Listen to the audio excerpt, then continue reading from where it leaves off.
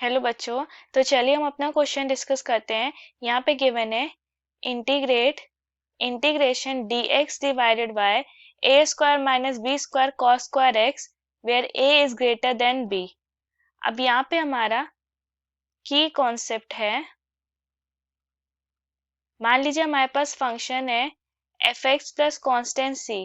जब इसे हम डिफ्रेंशिएट करेंगे सो ये हमें देगा एफ डैश एक्स, और जब हम एफ डैश को इंटीग्रेट करेंगे तो एफ डैश एक्स मिलेगा एफ एक्स प्लस कॉन्स्टेंट सी।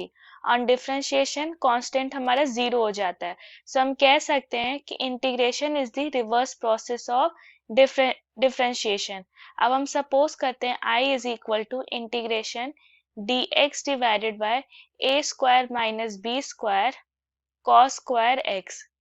यहाँ पे हम integration dx divided by cos square X को हम कॉमन ले लेते हैं। सो ये हो जाएगा ए स्क्वायर, यहाँ होगा sec square X minus B square. So अब हम 1 कॉस होता है सेक, तो ये हो जाएगा integration dx multiplied by sec square x divided by A square multiplied by sec square x होता है 1 प्लस tan स्क्वायर एक्स, अगर हम ट्रिग्नोमेट्री की आइडेंटिटीज देखें, माइनस बी स्क्वायर। सो इसे हम लिख सकते हैं I is equal to integration sec square x dx divided by A square tan square x plus A square minus B square. अब यहाँ पे हम पुट करते हैं, put tan x is equal to t, दोनों जगह से इसे डिफ्रेंशिएट करेंगे सो ये मिल जाएगा sec square x dx is equal to dt।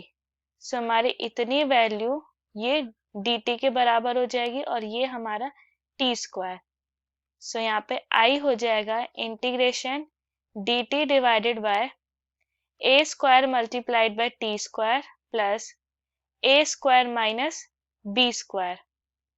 अब यहाँ पर एक और कि हमारा इनडेफिनिट इंटीग्रल की फॉर्मूला होता है कि dx divided by X square plus A square, A हमारा कोई कांस्टेंट है, ये हो जाता है हमारा 1 divided by A multiplied by tan inverse x divided by A plus constant C. So यहाँ पे हम देख सकते हैं हमारा कांस्टेंट a है अंडर रूट ए स्क्वायर माइनस बी स्क्वायर। यहाँ पर a स्क्वायर को 1 स्क्वायर को कॉमन ले लेते हैं। So integration dt divided by T square plus A square minus B square divided by A square.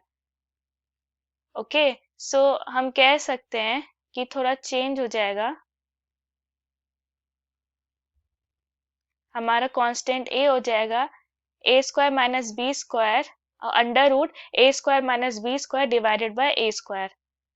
So यहाँ पे I हो जाएगा 1 divided by A square multiplied by 1 divided by under root A square minus B square divided by A square multiplied by tan inverse t divided by under root A square minus B square divided by A square plus constant c। So अब यहाँ पे हम और simplify करते हैं। सो I हो जाएगा 1 divided by A square multiplied by a divided by under root A square minus B square multiplied by tan inverse a multiplied by t divided by under root A square minus B square plus constant c। यहाँ पे हमने t को हमने tan x suppose किया था। सो ये हो जाएगा हमारा, इसकी वैल्यू हो जाएगी I is equal to 1 divided by a multiplied by under root A square minus B square multiplied by tan inverse a multiplied by tan x divided by under root A square minus B square plus constant c। ये हमारा final answer हो गया। I hope the concept is clear. Thank you.